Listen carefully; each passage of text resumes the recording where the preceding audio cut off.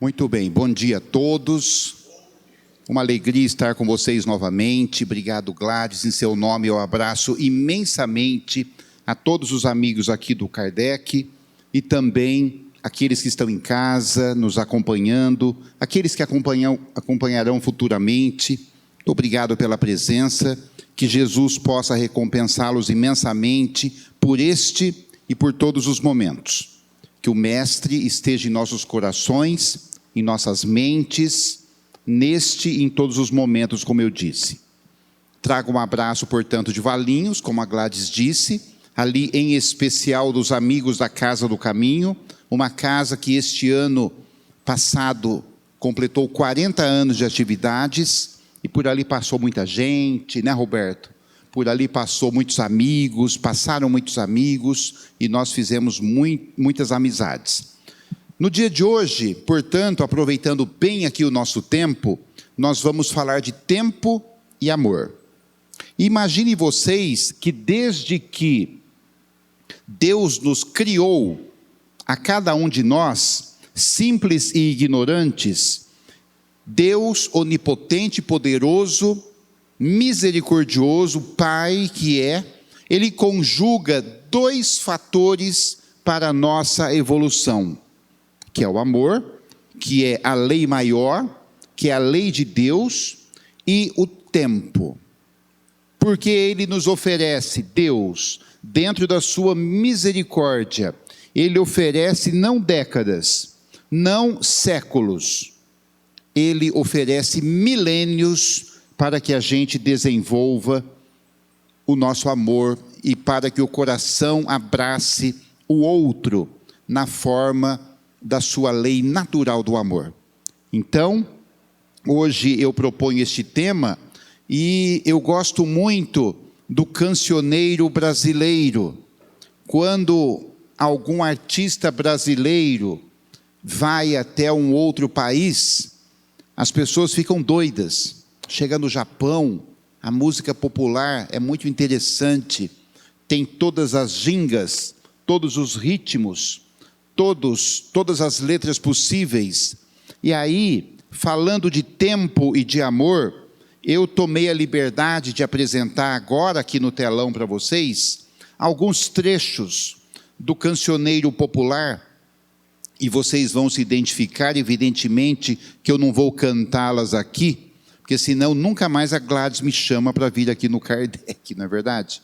Mas se você, por exemplo, escuta o poema Tempo, Tempo, Tempo, Tempo, compositor de destinos, tambor de todos os ritmos, assim cantou Caetano Veloso na oração ao tempo, que vale a pena a nossa revisita.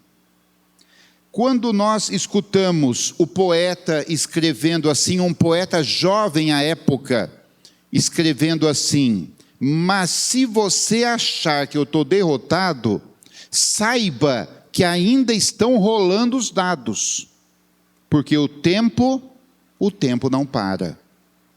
E continua ele: eu vejo o futuro repetir o passado, eu vejo um museu de grandes novidades. O tempo não para, não para, não para. Assim escreveu e cantou o compositor Cazuza, na obra O Tempo Não Para. Aí, este iluminado que é Ivan Lins, na música Iluminados, vocês já devem estar cantarolando aí na sua cabeça, porque é assim que funciona. A gente vê a letra e você já começa a passear diante do tempo e do amor. E aí, Ivan Lins cantou um dia assim: o amor tem feito coisas que até mesmo Deus duvida, já curou desenganados, já fechou tantas feridas. O amor junta os pedaços, quando um coração se quebra, mesmo que seja de aço, mesmo que seja de pedra, fica tão cicatrizado que ninguém diz que é colado. Isso é maravilhoso. Até parece que ele está falando do Evangelho aqui para nós. Mais um pedacinho, gente. Quando a banda de rock J Quest escreve na sua música Do Seu Lado: E ele diz: o amor é o calor que aquece a alma.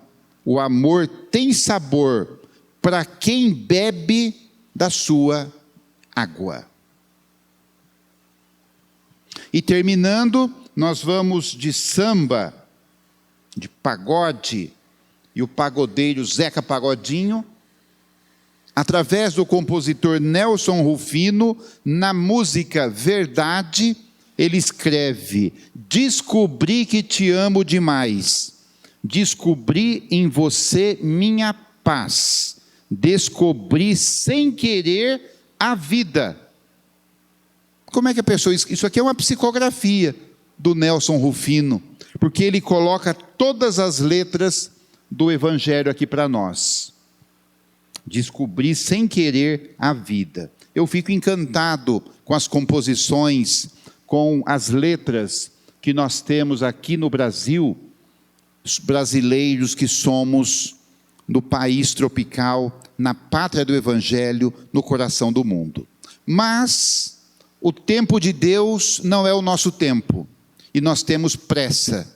Nós queremos resolver as coisas numa só reencarnação. Olha como nós somos petulantes, né?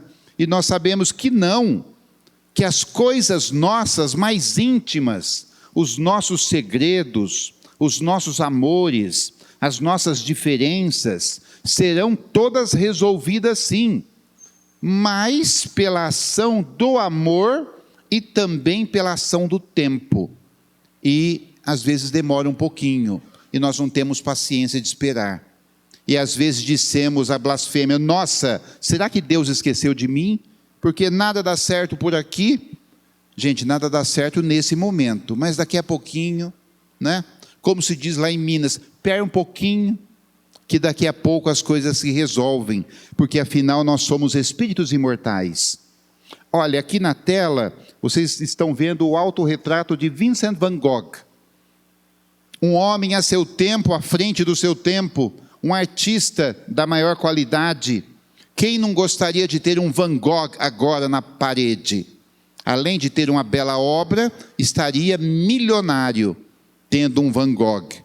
Mas a época deste artista, e ele tinha o seu irmão Theo, e Van Gogh ficava muito triste, muito chateado, muito deprimido, porque Theo, o seu irmão, que era corretor de artes,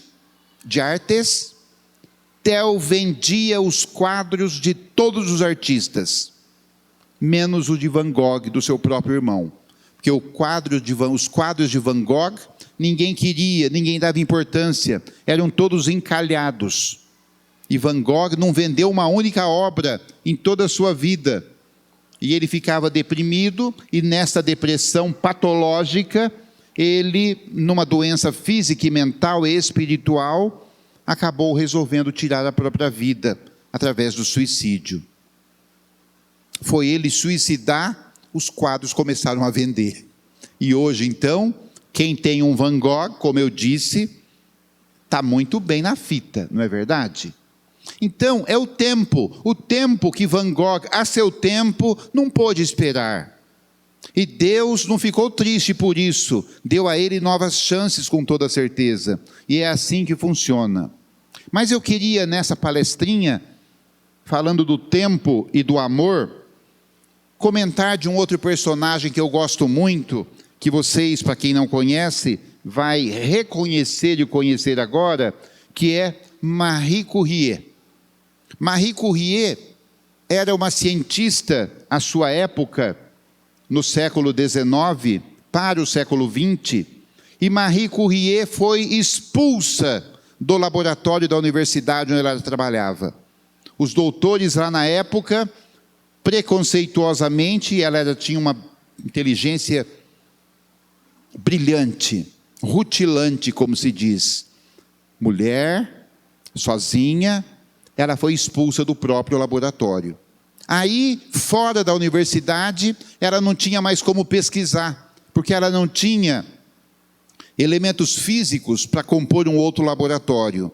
Foi quando o jovem Pierre Curie a acolhe e diz: olha, Marie, eu tenho um laboratório no fundo de casa, não é um laboratório dos mais modernos, mas você pode continuar suas pesquisas. E aquilo passou o tempo, e ela soube esperar o tempo. E ela então se associa a Pierre, e acaba adotando o seu próprio sobrenome, porque se relaciona com ele através do casamento, eles se apaixonam, e ela então vai para o laboratório dele, e eles começam as pesquisas, através dos minérios, através dos minerais, e depois de algum tempo, um bom tempo, bota tempo nisso, que eles souberam esperar, que eles persistiram nas suas ideias, nós vamos encontrar Marie Curie, retornando à universidade de onde ela havia sido expulsa para apresentar os seus trabalhos científicos. Aí os doutores, todos bonachões, riem da cara dela, e um diz assim: olha senhora, por acaso, olha o que perguntaram para Marie Curie à época, por acaso a senhora descobriu algum novo elemento químico para a nossa tabela periódica? A tabela periódica da química. Vou repetir, porque é tão insolente a pergunta, né? Por acaso a senhora descobriu um novo elemento químico para a tabela periódica? Ela, sorrindo, com a sua simplicidade, respondeu: não, nós não descobrimos um novo elemento químico para a tabela periódica, nós descobrimos 3. Os doutores ficaram de queixo caído, fecharam a boca, e eles descobriram o polônio, o rádio e o bário. E graças a essas descobertas de Marie Curie, que ganhou o Nobel de Química, mas não pôde receber, porque mulher não recebia Nobel, teve que o marido receber à época. Ela então, graças a Marie Curie, que soube, através do seu amor próprio, do seu amor pela ciência, pelo esposo, pelas pessoas, e soube esperar o tempo necessário, graças a ela, a essa cientista brilhante, que hoje nós nos beneficiamos da radioterapia. As pessoas que têm cânceres, por exemplo, fazem a radioterapia. Está certo que fizeram a bomba atômica, através dos inventos de Marie Curie, pela ação da radioatividade, mas é apenas um detalhe, porque o amor é muito maior que isso ao longo dos tempos. É um personagem muito interessante. Então, meus amigos, olha que foto maravilhosa, uma foto que conta o tempo, uma foto fantástica, que mostra as nuances do tempo, através de uma netinha e da sua vovó ou da sua bisavó. E aí nós descobrimos que o tempo é a duração relativa das coisas, que vai nos dar a ideia de presente, futuro e passado. Por que a ação é relativa? Porque depende. Se a minha fala aqui estiver razoável para boa, essa hora que nós vamos passar vai voar. Daqui a pouco eu estou falando bom dia a todos, até uma próxima oportunidade, e aí alguém vai falar: nossa, que pena, agora só em setembro. Mas se a fala estiver maçante, não estiver boa, estiver enfadonha, isso, você olha no relógio, é 10h15. Você olha de novo, dá a impressão que o relógio voltou para as 10h10, e aquilo não sai do lugar, porque o tempo é relativo. Depende de nós, depende das nossas propostas, depende do que nós estamos dispostos a perceber na vida e nos elementos que nós recebemos em forma de conhecimento. E a doutrina espírita, ela nos traz esses elementos. Basta nós querermos observar. Às vezes a gente cita algum livro, e às vezes espíritas antigos falam: nossa, não conheço esse livro, nunca vi. Será que nunca viu, nunca procurou, nunca teve conhecimento? Então nós precisamos ser curiosos, nós precisamos ir atrás, né? Eu acho isso muito interessante, porque só o tempo é capaz de entender o que se passa neste momento. Por que aquela situação difícil? Por que aquele parente difícil dentro da nossa casa? Nossa casa do vizinho é tão harmoniosa, Eles são tão felizes, vivem fazendo festa, e eu aqui na minha casa, com esse parente difícil, com essa situação difícil, e isso vai até quando? Precisa tomar cuidado para ver se o parente difícil não somos nós mesmos, que às vezes é também, viu gente? Todo mundo tem um parente difícil. Então, quando nós abrimos a Gênese, que é um dos livros do codificador Allan Kardec, lá no último capítulo, vai lá no fim, lá no finalzinho da Gênese, tem o capítulo 28, tem um capítulo lá que Kardec intitulou Os Tempos São Chegados, e ele já falava isso em 1800 e alguma coisa, que o tempo já tinha chegado, e ele diz assim, peguei só um trechinho para a gente analisar aqui, são chegados os tempos, dizem-nos de todas as partes, marcados por Deus, em que grandes acontecimentos se vão dar para a regeneração da humanidade. Então, se os tempos são chegados, que tempos são esses? Gente, nós já cometemos, enquanto seres humanos, todas as maldades possíveis, todas. Haja criatividade. Olha, já fizemos o genocídio, as guerras, as cruzadas, a bomba atômica, o infanticídio, o fratricídio, o patricídio, o matricídio, já prendemos, já levamos embora, já separamos, já matamos, já... Não tem mais criatividade. Já demos para os leões comer, tacamos fogo, queimamos, né? Não tem mais formas de tortura que nós podemos inventar. Então, que tempos são chegados? O tempo do amor. O tempo de aprender a amar. Eu tenho dito por aí, tem gente que não concorda, porque tem espírita que é assim mais turrão, né? Eu digo assim, gente, esquece essa história de prova e expiação. Tudo é karma, tudo é sofrimento. Se você tem uma dor de cabeça, você acha que é karma, porque o outro não tem e você tem. Esquece isso, porque nós estamos aqui para aprender a amar. E quando nós aprendemos a amar, os tempos já estão chegados e as coisas ficam muito mais fáceis. Então, quando lá na Gênese Kardec diz, para que na terra sejam felizes os homens, preciso é que somente povoem espíritos bons, encarnados e desencarnados, que somente ao bem se dediquem. E aí nós perguntamos, quem somos nós? Nós estamos imbuídos do bem? Nós somos este agente que Kardec fala aqui, que semeamos o bem? Ou nós não queremos muito semear o bem? O nosso negócio é botar lenha na fogueira. Se está pegando fogo, apacenta, acalma, ajuda a apagar o fogo. Se não der para fazer nada, cale, compreenda, espere. Até Deus espera por nós. Por que nós não podemos esperar mais um pouco?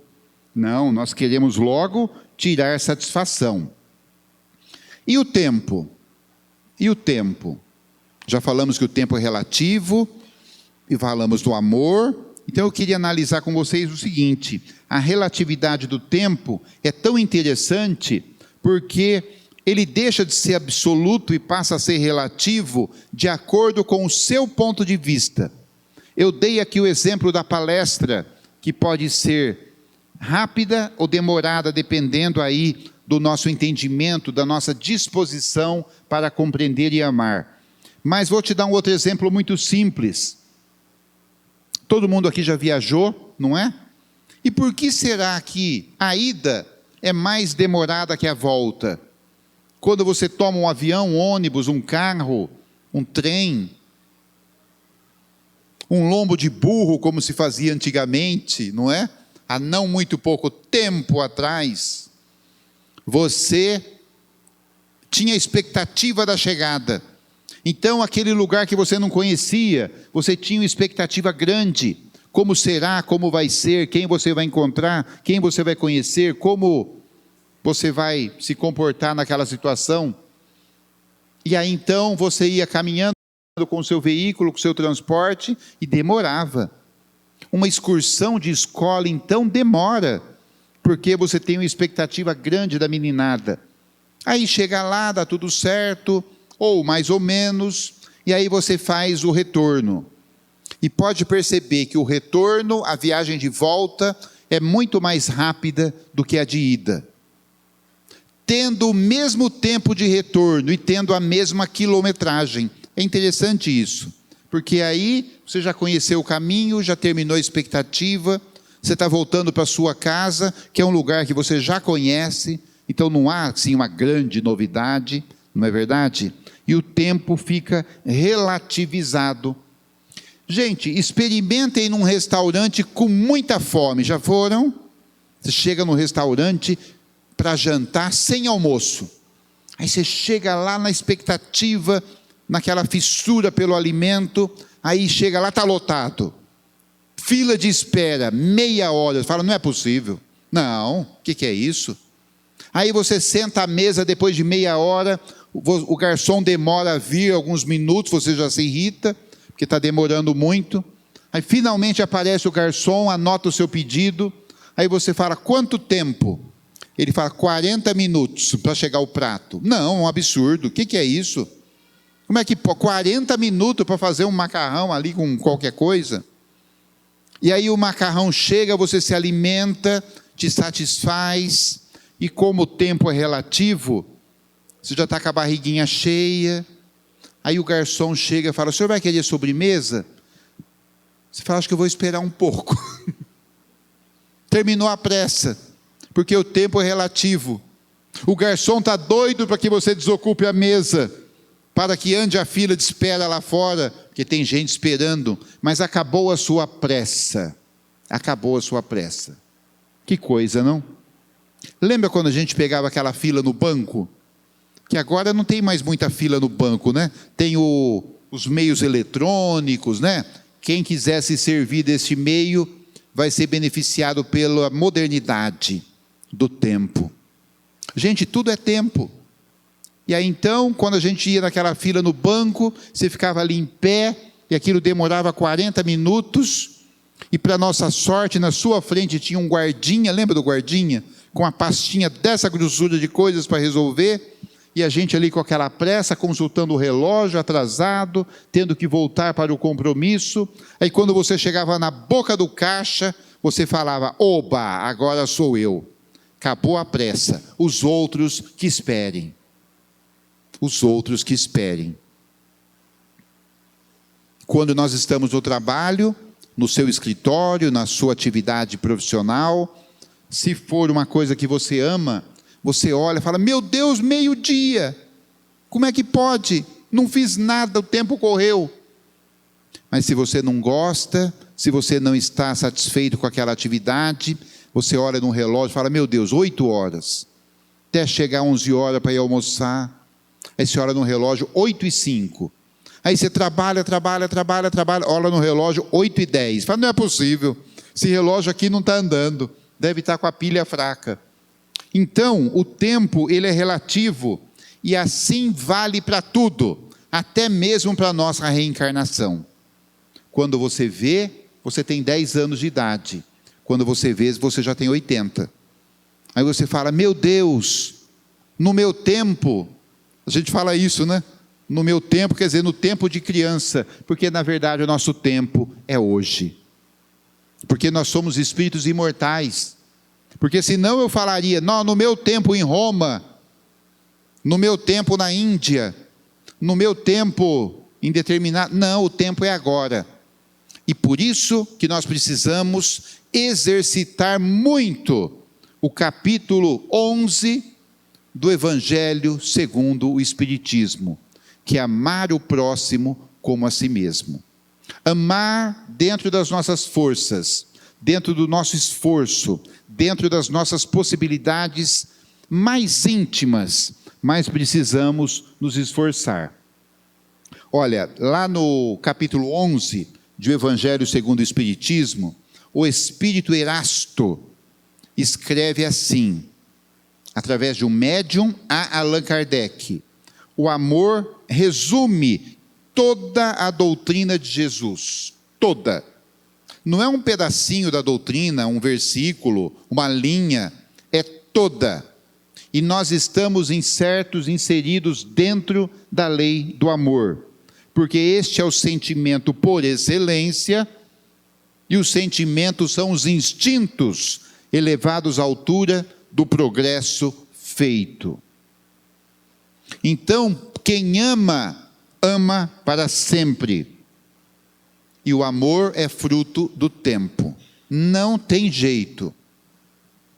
Quem tem instintos, que é o animal mais primitivo, ele também ama, mas à sua maneira. Quando você passa para as sensações, para a inteligência, para a sensibilidade, você passa a amar com a sua mente, com o seu espírito, com o seu coração, de uma forma integral. Então, o amor, ele vai vir com o tempo. Até mesmo o ódio é uma forma de amar, porque o ódio, segundo os especialistas, é o amor que ainda não venceu, mas vai vencer, porque daqui a um tempo nós vamos ser diferentes do que nós somos hoje, e o que nós odiamos, nós vamos mudar de possibilidade, nós vamos mudar de expectativa, nós vamos mudar de visão daqui a um pouco tempo. Então aquele ódio, ele vai se transformar. Nossa, mas aquele já matou 50, calma, porque ele também vai chegar lá. Será, porque ele também está inserido na mesma lei que nós estamos, que não matamos ninguém agora. Vocês sabem que tinha um cidadão que ia lá no Divaldo Franco, aliás, o Divaldo que completa 98 anos agora em maio, né? O Divaldo, o cidadão, ia lá na Mansão do Caminho e ajudava. Era um trabalhador assim, de primeira hora, ele chegava, ajudava, mas ele tinha a questão do alcoolismo. E de vez em quando ele tomava lá uma bebedeira e caía na sarjeta. E tinha que ir lá buscar ele. Fulano bebeu de novo, vamos lá buscar. Aí trazia, todo sujo, né? Ele ficava dias lá naquela situação. E aí internavam ele numa clínica, num hospital, ele se recuperava, e aí ficava bom de novo, e voltava para o trabalho lá na Mansão do Caminho, e de novo por uns tempos ele ficava bem, dali a pouco caía de novo, e o pessoal, dali a pouco, né, o pessoal chegou para o Divaldo, não tem condições, que a gente vai lá, pega o fulano, ajuda ele, interna, trata, ajuda com tudo, dali a pouco ele está bom, ele cai de novo. Então não tem condições, como é que a gente faz? Aí o Divaldo disse, graças a Deus, que nessa encarnação ele está bebendo, porque na sua última encarnação, ele bebia e matava, nesta ele só está bebendo, então já houve uma grande evolução, vamos ajudá-lo. Então, o ódio vai virar amor com toda certeza, e nós vamos aprendendo a ter esse olhar de profundidade para as coisas. Tem ali a foto de uma gestante, né? Um bebê dentro do útero. Será que a mãe, logo que fica grávida, já ama aquele bebê? De uma certa forma, sim, mas o amor integral virá com o tempo, porque você vai ver aquele rostinho, você vai ter o convívio, e você vai ter o amor ou a repulsa ao longo do tempo. Vai depender de você, vai depender aí dos seus propósitos. Quando você adquire uma profissão, quando você entra na faculdade, eu vou ser médico, você já ama aquela profissão? Você nem sabe do que se trata, mas com o tempo, não é? Aquilo vai virar um sacerdócio, vai virar a sua profissão principal, e você vai amar profundamente. Olha, o Rossandro Klinger, que é aí um psicólogo do momento, está fazendo muito sucesso, não é? Fala coisas muito interessantes. Esteve aqui em Campinas outro dia, não é? Ali do nosso lar. Ele diz o seguinte: o amor é o sentimento mais sofisticado da existência humana. Gente, o amor é top de linha. O amor é freio ABS nas 4 rodas. Outro dia eu disse isso, Gladys, aí uma senhora chegou e falou, eu gostei muito, eu só não entendi o negócio do BS na roda. Eu falei, depois a gente fala o que é isso, não é? Porque é coisa chique. Amar não é para qualquer um. Amar é para quem quer, porque depende de você. Não depende de Deus, não depende de Jesus, não depende da Bíblia, não depende do Evangelho, que é um livro, ela depende do nosso coração, do propósito de se colocar à disposição, e tudo vem a seu tempo.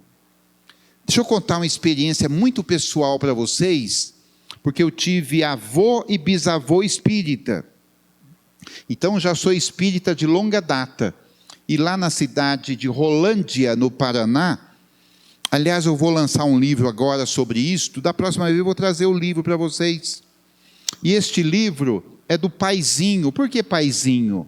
Porque ele foi o gestor e o criador de 2 lares infantil lá nas terras do Paraná.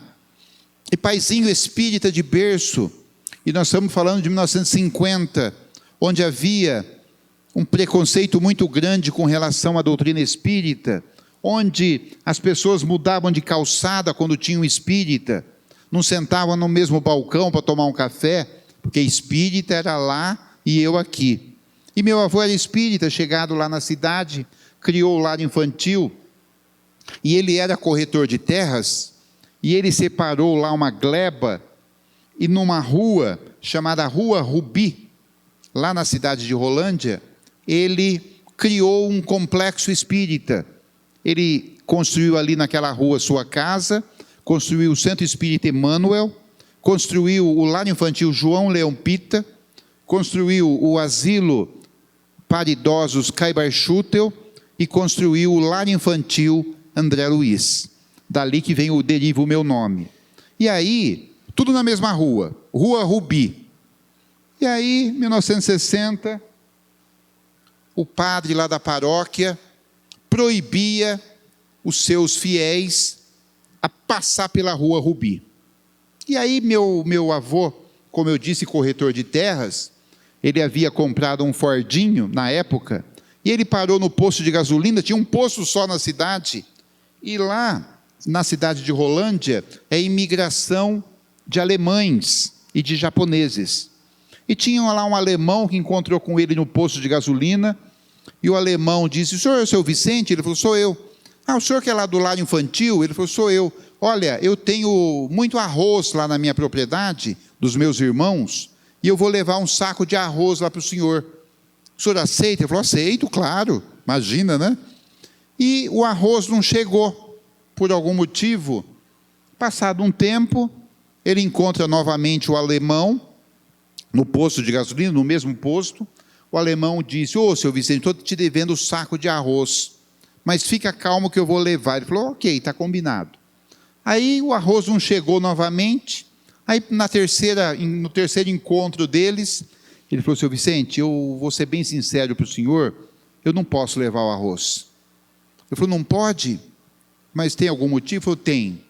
É que o padre proibiu a gente de ir na Rua Rubi. Porque ele falou que lá tem um monte de satanazinhos. Aí o meu avô falou, não, fique tranquilo, não tem problema algum. Né? E o tempo correu. Nós estamos falando de tempo e amor. E o tempo correu, passou algum tempo, que eu não sei precisar quanto, e esse alemão era recém-chegado da Alemanha, e os irmãos já estavam estabelecidos na cidade de Rolândia. Aí o alemão não tinha terra, os irmãos tinham, e ele comentou com os irmãos, nossa, eu queria uma terrinha para mim, porque todo mundo aqui já tem a sua terrinha, e eu queria um pedaço de terra para plantar, eu pessoalmente, o alemão, para não ficar dividindo, né, com os irmãos. Aí um dos irmãos falou, eu conheço uma pessoa que pode te ajudar, ele é corretor de terras, vai lá conversar com ele, que ele te arruma um terreno aí, uma gleba, e ele faz um bom negócio, divide, faz lá uma duplicata, você paga daqui 1 ano depois da safra. Quem é? É o seu Vicente lá do lar infantil. E aí um dia ele foi lá na rua Rubi, e entrando no orfanato, já tinha lá 80, 100 meninos internos. Ele disse: eu queria falar com o seu Vicente. Alguém disse: pode ir lá, ele está lá naquela porta. E ele foi até lá. Quando chegou, era o dormitório dos meninos, 80 caminhas, e tinha vários meninos acamados, em razão de uma gripe muito forte da época. E meu avô, Vicente, era o boticário também. Ele aplicava injeções, media a febre. Naquele tempo se fazia tudo um pouco.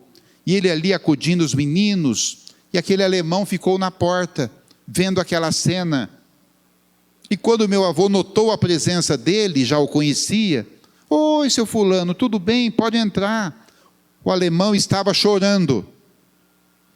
E meu avô disse: mas o que foi? Ele falou: seu Vicente, o senhor me perdoe. O senhor me perdoe. Porque agora eu estou vendo quem são os satanazinhos. São crianças. E eu levei esse tempo todo para descobrir isso. Vou lá buscar o saco de arroz. Vou lá buscar o saco de arroz.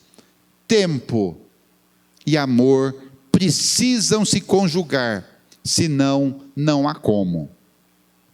Gente, nesse tempo que nos cabe aqui, eu queria lembrar um querido amigo, que com certeza já esteve nessa casa, agora está desencarnado, que é Ismael Batista. Esteve aqui, da cidade de Guaxupé. Ele teve um câncer, desencarnou já há alguns anos, mas ele conta numa das suas palestras, também a razão do tempo e do amor, que logo que chegou o seu primeiro neto, ele ficou muito feliz, evidentemente. E quando ele soube que era menino, ficou mais feliz ainda, porque tem aquela história da primogenia, do menino à época. E ele foi no berçário ver o menino. Aquele tempo ficavam assim os meninos no berçário, as crianças. Ismael conta que logo que ele chegou no vidro do berçário, o bebê já começou a chorar lá dentro. E criou-se ali uma coisa assim estranha entre ele e aquela criança, porque ele pegava o bebê no colo, o bebê começava a chorar desesperadamente. Entregava o bebê para alguém, o bebê acalmava. E não tinha jeito, o bebê tinha uma repulsa, uma coisa assim, que parecia ser de outras vidas. E aí então, o bebê foi crescendo, já era um menininho, e o menininho não ia com ele de jeito nenhum, nem beijar, não beijava o avô. Beijava todo mundo, o avô não queria. Aí um dia ele estava numa festa de aniversário da família, e as pessoas fazem aquelas rodinhas, né, para conversar, e ele estava numa dessas rodinhas, a criançada correndo ali. De repente o menininho chegou, veio correndo e abraçou as pernas dele. Ele ficou paralisado, pensou: é hoje que vai acontecer esta fusão, esse entendimento entre eu e meu neto. Quando o menininho olhou para cima e viu que era ele, deu um grito e saiu correndo, chorando. E aquilo foi tempos, né? O menino fez 10, 12, 15, com 17 anos, Ismael dirigia o Centro Espírita Nova Era, da cidade de Guaxupé, fundador que era também. Ele estava lá fazendo uma palestrinha, no Centro Espírita onde ele fundou, e o menino escutava as palestras, só que sentava na última fila. Naquele dia, Ismael conta que ele estava falando sobre Jesus. Ismael sabia falar sobre Jesus. Um encanto ouvir ele falar sobre nosso Senhor Jesus Cristo. Ismael falava sobre Jesus, o menino na última fila, 17 para 18 anos. Aí quando terminou aquela palestra, o menino se aproximou, coisa que era rara, e disse: oi, vô. Ele falou: oi, tudo bem? Tudo. Vô, posso pedir uma coisa para o senhor? Ele falou: pode. O vô vai viajar para algum lugar aí fazer palestra? E que vai pousar, vai dormir? Vai pernoitar? Ele falou: vou. Eu tenho algumas palestras marcadas, vou em tal cidade no sábado que vem, eu vou ficar por lá e volto só domingo. Posso ir junto? O Ismael falou: como assim? Você quer ir comigo?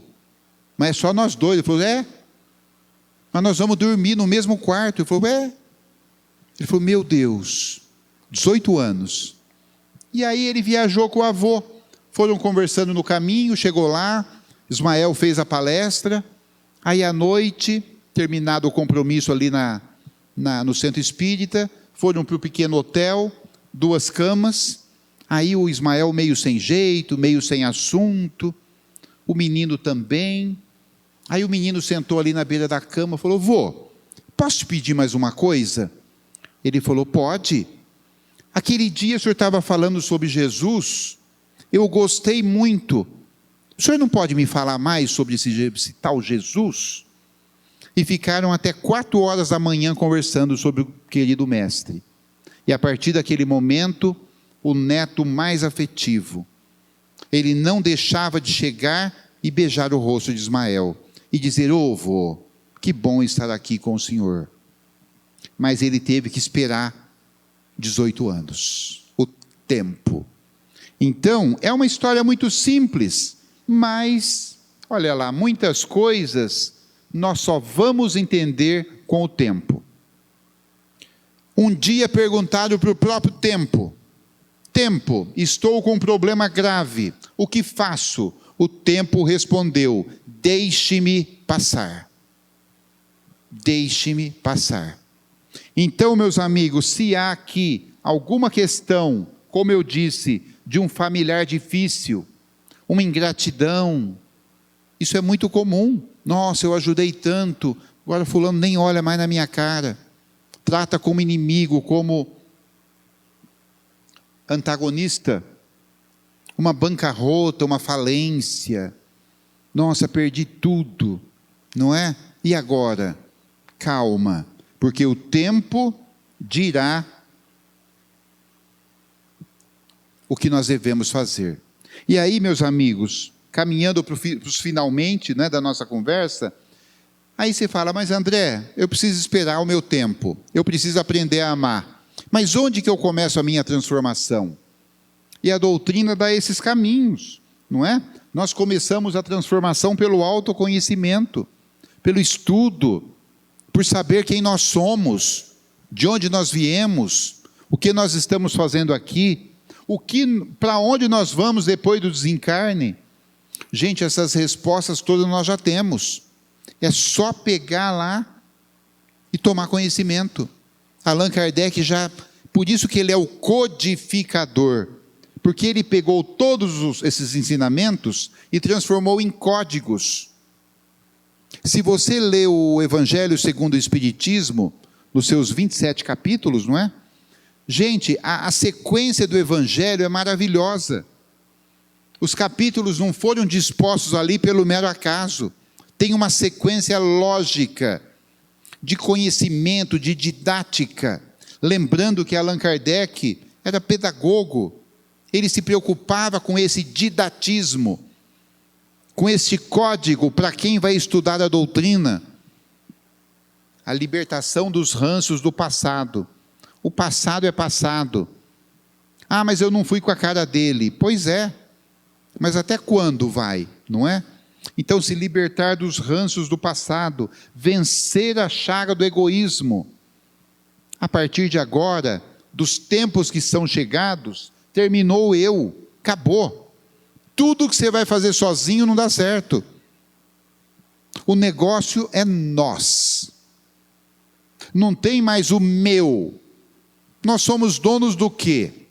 Ah, porque eu tenho o meu carro, a minha casa, a minha mulher, os meus filhos.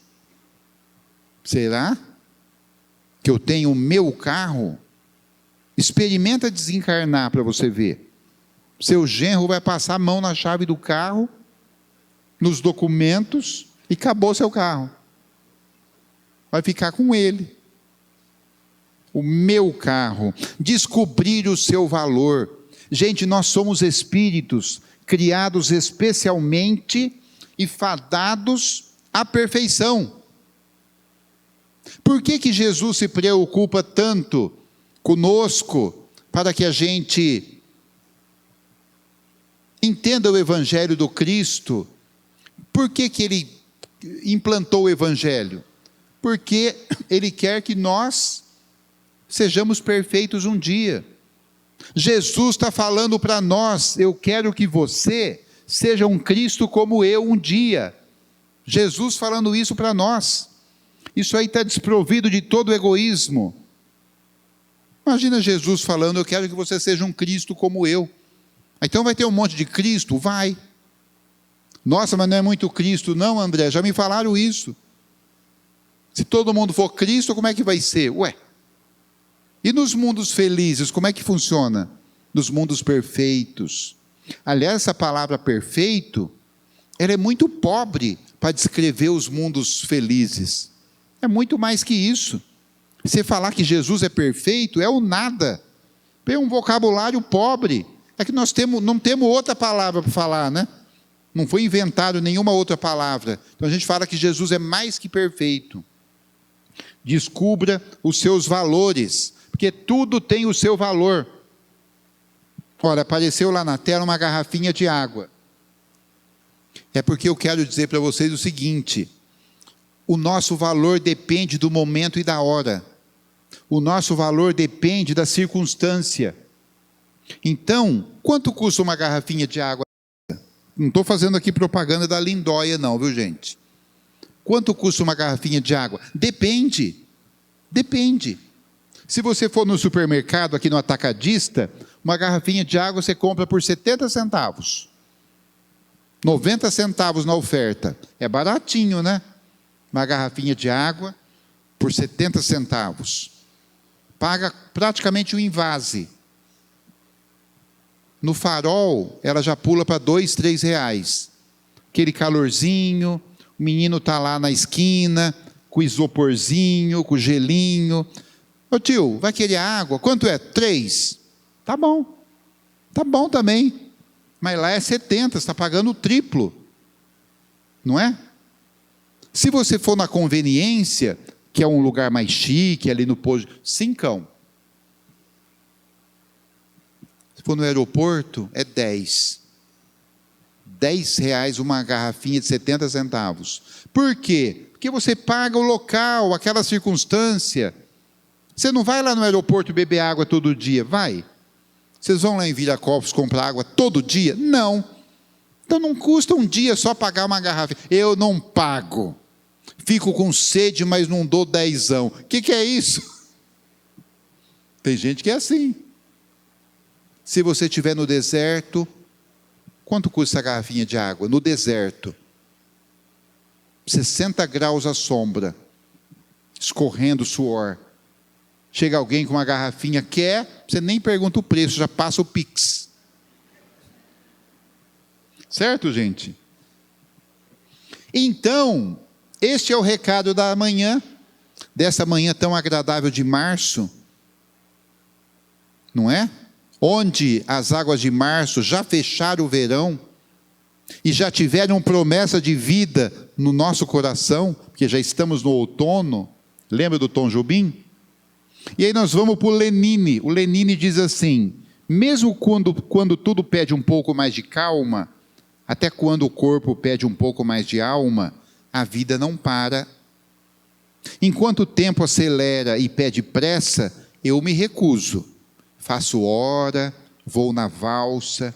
A vida é tão rara. Gente, a vida é tão rara. Essa reencarnação é tão preciosa. Porque nós não estamos aqui por acaso. Gente, para nós estarmos aqui neste momento, aqui no Kardec, nesta manhã, encarnados num corpo de carne, parece redundância, mas é verdade. Foi preciso um esforço tão grande da espiritualidade para que nós estivéssemos aqui. Por isso que Lenine fala que a vida física é tão rara. Quantos gostariam de estar tendo essa oportunidade e não estão? Estão esperando. Aqui, neste salão, não fiquem assustados, mas também tem irmãos desencarnados. Tem. Vocês estão achando que tem cadeirinha vazia aí? Tem não. As galerias aqui estão lotadas. Tem dúvida disso? E tem gente aqui, irmãos nossos, aguardando esta oportunidade que nós estamos tendo. Pensado nisso? Eles olham para nós assim e falam: eu sou você amanhã. Aí nós temos que olhar para as galerias e dizer: e nós seremos vocês amanhã também, porque nós vamos desencarnar. Tem gente que acha que não vai desencarnar, vai ficar para semente. Até Matusalém, que viveu 900 anos, desencarnou. Dizem que foi 900, né? Então, é isso. Nós estamos embaixo de uma lei da ação e reação. O que nós plantarmos aqui, vamos colher lá na frente. Isso não há dúvida nenhuma. Como 2 e 2 são 4. E o tempo é instrumento de aprendizado. O tempo, vou repetir, é instrumento de aprendizado. E vocês não tenham dúvidas, o amor de Deus é criativo. Ele é criativo.